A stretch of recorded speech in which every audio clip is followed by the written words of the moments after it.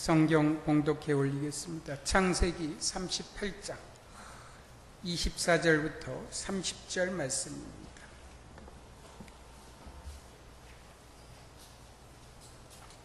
찾으신 줄 알고 제가 대신해서 봉독해 올리겠습니다.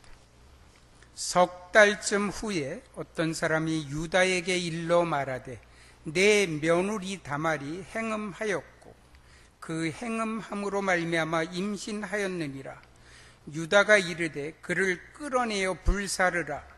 여인이 끌려 나갈 때 사람을 보내어 시아버지에게 이르되 이 물건 임자로 말미암아 임신하였나이다. 청하건대 보소서 이 도장과 그 끈과 지팡이가 누구의 것이니까 한지라. 유다가 그것들을 알아보고 이르되 그는 나보다 옳도다. 내가 그를 내 아들 셀라에게 주지 아니하였음이로다 하고 다시는 그를 가까이 하지 아니하였더라. 해산할 때에 보니 쌍태라. 해산할 때에 손이 나오는지라. 산파가 이르되 이는 먼저 나온 자라 하고 홍색 실을 가져다가 그 손에 메었더니 그 손을 도로 들이며 그의 아우가 나오는지라. 산파가 이르되 내가 어찌하여 터뜨리고 나오느냐 하였으므로 그 이름을 베레스라 불렀고 그의 형 곧 손에 홍색 실 있는 자가 뒤에 나오니 그의 이름을 세라라 불렀더라. 아멘. 예배는 함께 드리는 겁니다. 그죠? 수도원 같은 데 가면 그 수도사들이 홀로 예배하는 장소들이 있어요. 근데 그 홀로 예배하는 장소에 보면 써 있는 글귀들이 여러 가지가 있지만 그 중에 공통적으로 있는 게 있습니다. 주님이 이곳에 함께 하신다. 그러니까 나 혼자 예배하는 것 같지만 사실은 주님이 이곳에 함께 하시는 거죠. 그죠? 우리가 함께 되어질 때 주님과 함께 드리는 예배가 이루어지게 되는 줄로 믿습니다. 오늘 설교의 제목 진입니다. 지난주 뭐였죠? 예, 한 글자라니까 기억을 하는군요. 앞으로 한 글자로. 사실은 역사 안에 역사 뭐 이렇게 제목을 제가 그 설교 준비를 하면서는 써놨지만 설교 제목을 진 이렇게 의미하는데 세 가지 중요한 의미가 있습니다. 하나는 몸을 지킬 진짜, 진영할 때 지킬 진짜, 에워쌀 영자 이렇게 써서 진영할 때 진, 그러니까 지킨다 이런 의미. 두 번째 진짜는 나아갈 진짜를 써서 이제 앞으로 나아가는 것. 세 번째 진짜는 참 진짜를 써서 내가 진짜 유지해야 될 진실이 무엇일까, 이제 이런 것에 대한 이야기를 하려고 합니다. 지난주가 초청이었다면 이번 주는 교회에서 어떻게 우리가 하나님이 주시는 힘을 공급받고 나아가고 진실하게 살아갈 수 있을까, 뭐 이런 얘기들이 오늘 이야기의 주제입니다. 교회에서 늘 생각해야 될 것 하나가 있습니다. 그게 뭐냐면 하나님이라고 하는 존재입니다. 우리는 종종 살아가면서 하나님이라는 존재를 의식적이든 무의식적이든 잊어버리고 살아갈 때가, 하나님이 하십니다. 하나님이 함께 하십니다. 하나님이 나와 동행하십니다. 하나님이 나를 이끌고 가십니다. 특별히 우리가 강해지면 강해질수록 하나님이라고 하는 존재를 잊어버리기 쉽습니다. 그래서 하나님이 하시는 게 아니라 내가 하는 것처럼, 또 내가 그 일의 주인공인 것처럼 그렇게 생각되어질 때가 많이 있죠. 또 힘들고 어려울 때도 하나님은 나와 함께 계시지 않아, 이렇게 생각할 때가 많이 있습니다. 오늘 본문은 요셉의 이야기를 하다 갑자기 유다 이야기가 뿔쑥 튀어나왔습니다. 마치 36장에서 37장으로 넘어가 37장에 39장으로 넘어가는데 도대체 이 대목이 갑자기 여기 왜 들어갔어? 이렇게 느낄 만큼 엉뚱하게 유다 이야기가 탁 나옵니다. 그런데 그 이야기를 왜 갑자기 그 성경 안에 이렇게 들어가게 되어졌을까? 이제 이런 생각을 하게 되는 거죠. 저는 요셉의 역사가 눈에 보여지는 역사라고 한다면 이 유다의 역사는 눈에 보이지 않는 하나님의 손길이 있는, 요셉의 역사가 강이 흘러가는 강물이 보이는 역사라면 이 유다의 역사는 강줄기, 수로는 있는데 물이 없는 수로, 보이지는 않지만 그곳에 하나님의 역사의 운행하심이 있다고 하는 것을 경험하는 축복의 또 다른 시간들이라고 생각을 하게 됩니다. 왜 유다가 이곳에 가게 되어졌을까? 왜 유다가 이 아둘람 사람과 만나서 교제하게 되어졌고, 그 아둘람 사람이 있는 그쪽, 그 남쪽에, 예루살렘으로부터 남쪽, 이스라엘의 남쪽에 왜 머물게 되어졌을까? 이곳에서부터, 그리고 그 남쪽은 이방 사람들이 있는 그곳인데, 그 왜 이방 사람들과 어울려서 살아가다가 이방 여인과 결혼하고 자녀들도 이방 여인과 결혼하게 하는 그런 일들을 하게 되어졌을까? 이제 이런 거죠. 우리가 이제 그 많은 사람들이 종교를 믿으면서 종교에 대해서, 교리에 대한 어떤 너무 신성시하는 부분이 있다고 생각합니다. 저는 뭐 기독교를 종교라고 생각하지 않습니다. 왜냐하면 종교라면 제 설명할 수 없는 부분이 너무 많이 있습니다. 그런데 뭐 그런 부분들을 다 설명하기는 어렵고, 종교가 아닌 이유는 하나님이 그 교리를 벗어난, 하나님의 자리를 벗어난 사람들에게도 여전히 하나님의 사랑을 베푸신다고 하는 겁니다. 넘어진 사람에게도, 쓰러진 사람, 아니 내가 죄를 짓고 도망한 사람에게도, 그리고 죄를 짓고 자기를 기만하고 있는 사람에게조차도 하나님 다가가셔서 내가 너를 사랑한다고, 내가 너를 귀하게 여긴다고, 내가 너를 축복한다고 하나님 여전히 안아주신다는 거예요.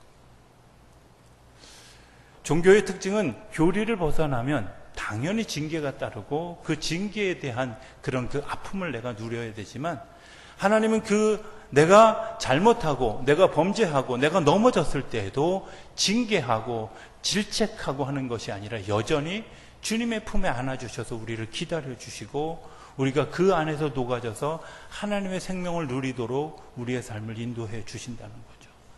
생각해보면 우리가 그런 그 교리 논리에 빠져서 너무 자꾸 이제 벗어나면 안 되는 것처럼, 또 벗어나면 마치 큰 어떤 그런 벌을 받는 것처럼 생각하기 쉽습니다. 그러나 중요한 것은 하나님이 기다려주시는 하나님의 은혜가 있고, 그런 일들을 통해서도 하나님이 여전히 나.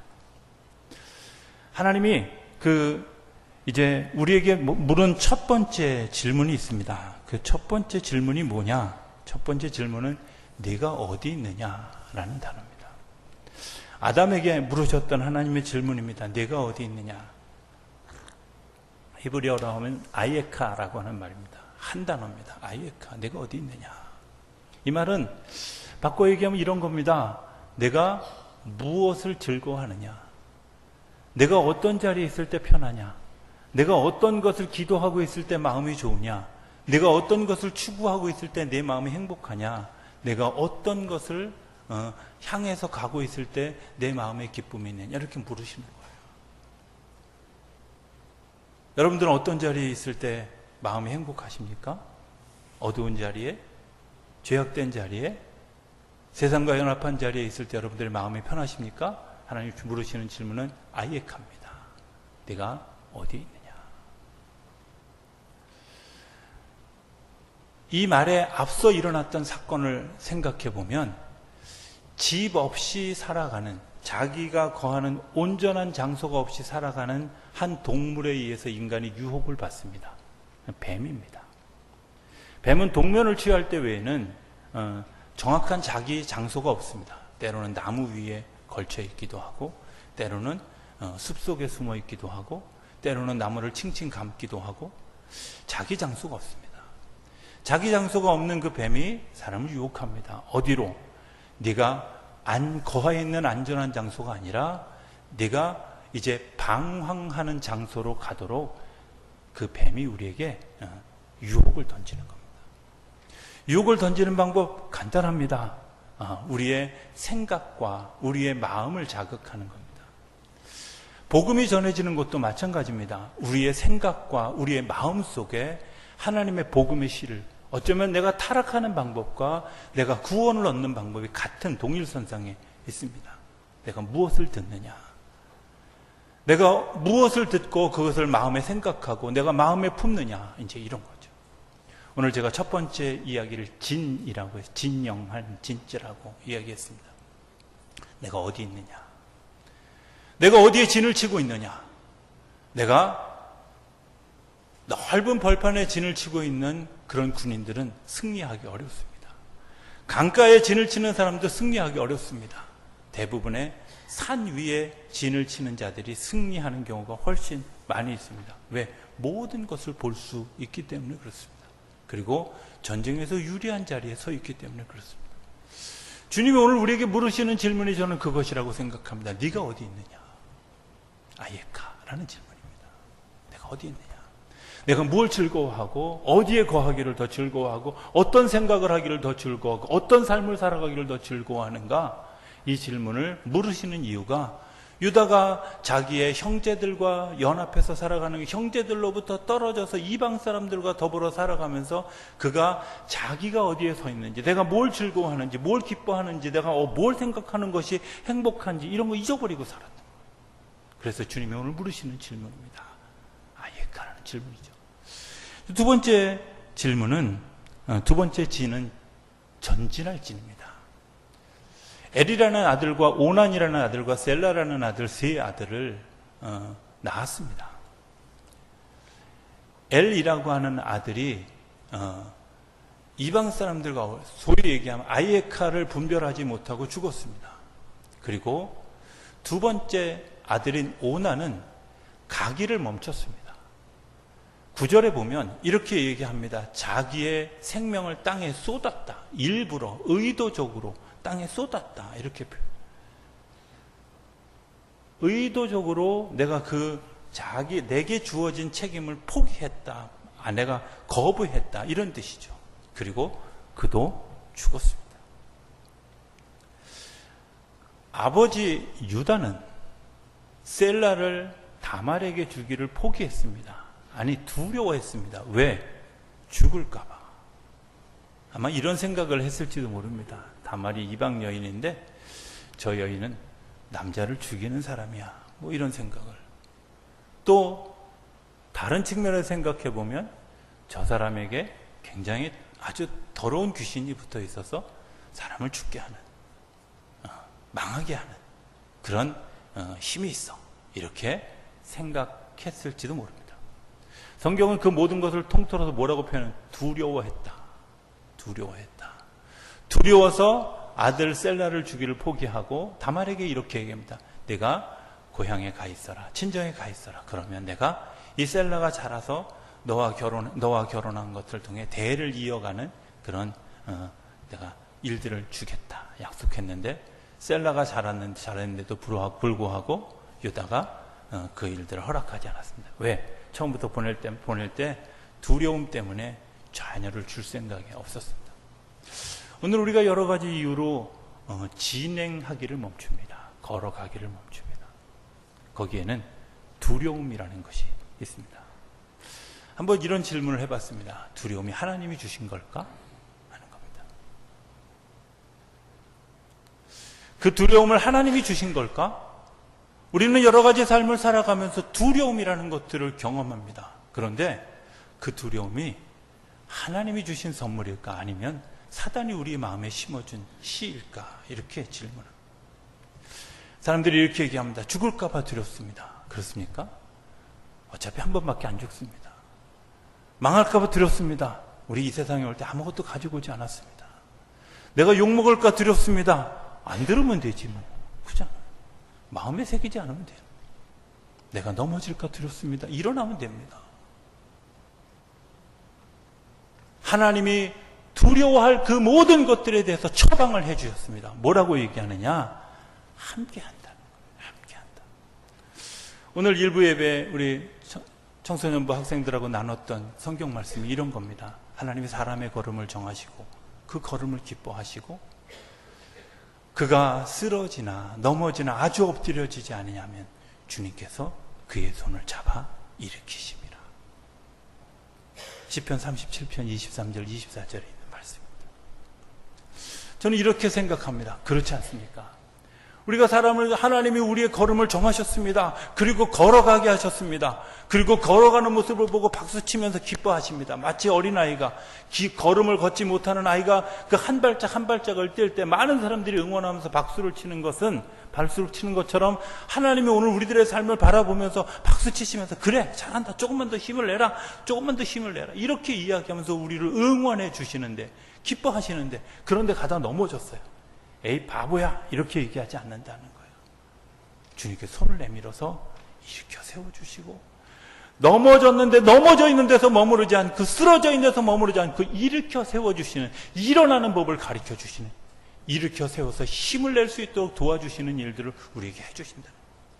우리에게 그냥 걸어가라고 하는 것이 아니라 그냥 가라고 하는 것이 아니라 내가 너와 함께한다. 내가 너를 일으켜 줄 것이다. 내가 너를 기뻐한다. 내가 너를 주목하고 있다. 내가 너와 함께하고 있다. 이렇게 이야기하는데 자기의 삶의 자리를 잃어버린 아이에카를 잃어버린 우리의 삶의 자리에는 뭐가 두려움이라고 하는 것이 우리 삶 가운데 가득 차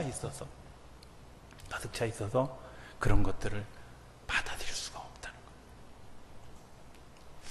다말이라는 사람이 등장합니다. 저는 이걸 참 진짜라고 표현합니다. 다말이 했던 방법은 썩 좋은 방법은 아니라고 생각이 되어집니다. 목회 초창기에 다말에게 설교 한번 했다가 집에 가서 부부싸움 했습니다. 왜 그런 얘기를 하느냐고. 굉장히 비도덕적인 얘기처럼. 어떻게 생각하면 해외 토픽에 날 만한 그런 이야기 아니겠습니까? 시아버지와 정을 나눠가지고 이제 또 다른 자녀를 낳는 일들. 현재 상황에서 보면 해외 토픽감이지만 그 당시엔 그게 법에 위반되는 게 아니라는 겁니다. 왜 그렇게 했을까 하는 것을 생각해 보아야 됩니다. 걸음길을 멈추고 아이에카를 잃어버린 사람들에게 하나님이 다말이라고 하는 한 여인을 통해서 진짜 하나님의 축복의 통로를 열어주시는 하나님의 그 메말라버린 수로에 하나님이 그곳에 여전히 역사하고 계시다는 사실을 가르쳐주는 그런 도구로 다말을 사용하셨다는 겁니다. 마태복음 1장 3절에 보면 예수님의 족보가 쭉 나오는 그 첫 번째 대목에 이렇게 나옵니다. 유다는 다말에게서 베레스와 세례를 낳고, 그죠? 네. 족보에 여자 이름이 들어가는 거 우리나라 족보도 그렇지만 유대 족보에는 정말 센세이션한 일입니다. 더군다나 순혈주의가 강한 유대인의 족보에 이방 여인의 이름이 들어간다고 하는 것은 그렇게 쉬운 일이 아닙니다. 정말 대단한, 정말 엄청난 일입니다. 그 엄청난 일을 기록한 이유가 무엇일까? 그가 내가 진실한 것, 진짜 그 삶을 찾기 위해서 자기 목숨과 같은 것들을 버렸다는 거예요. 오늘 성경에 나오는 이야기가 그렇잖아요. 당신 며느리 다말이 임신했습니다. 그러니까 바로 유다가 반응합니다. 그래? 잡아와. 내가 그를 죽일 거다. 이렇게 죽음을 각오한 얘기입니다. 죽기로 각오한 얘기. 죽을지도 모르는 일입니다. 그러나 그럼에도 불구하고 이것이 진실이기 때문에 이것이 진짜 하나님의 축복의 통로이기 때문에 그 일을 감행하는 겁니다. 믿음을 가지고 있는 사람들이 해야 될 것이 뭘까? 저는 그 믿음을 사용하는 겁니다. 성경에 보면 다윗이 골리앗과 싸우는 이야기가 나옵니다. 자, 한번 이렇게 물어봅시다. 골리앗이 다윗과 왜 싸웠을까? 다윗이 골리앗과 왜 싸웠을까요? 네, 삼지선대응을 합시다. 1.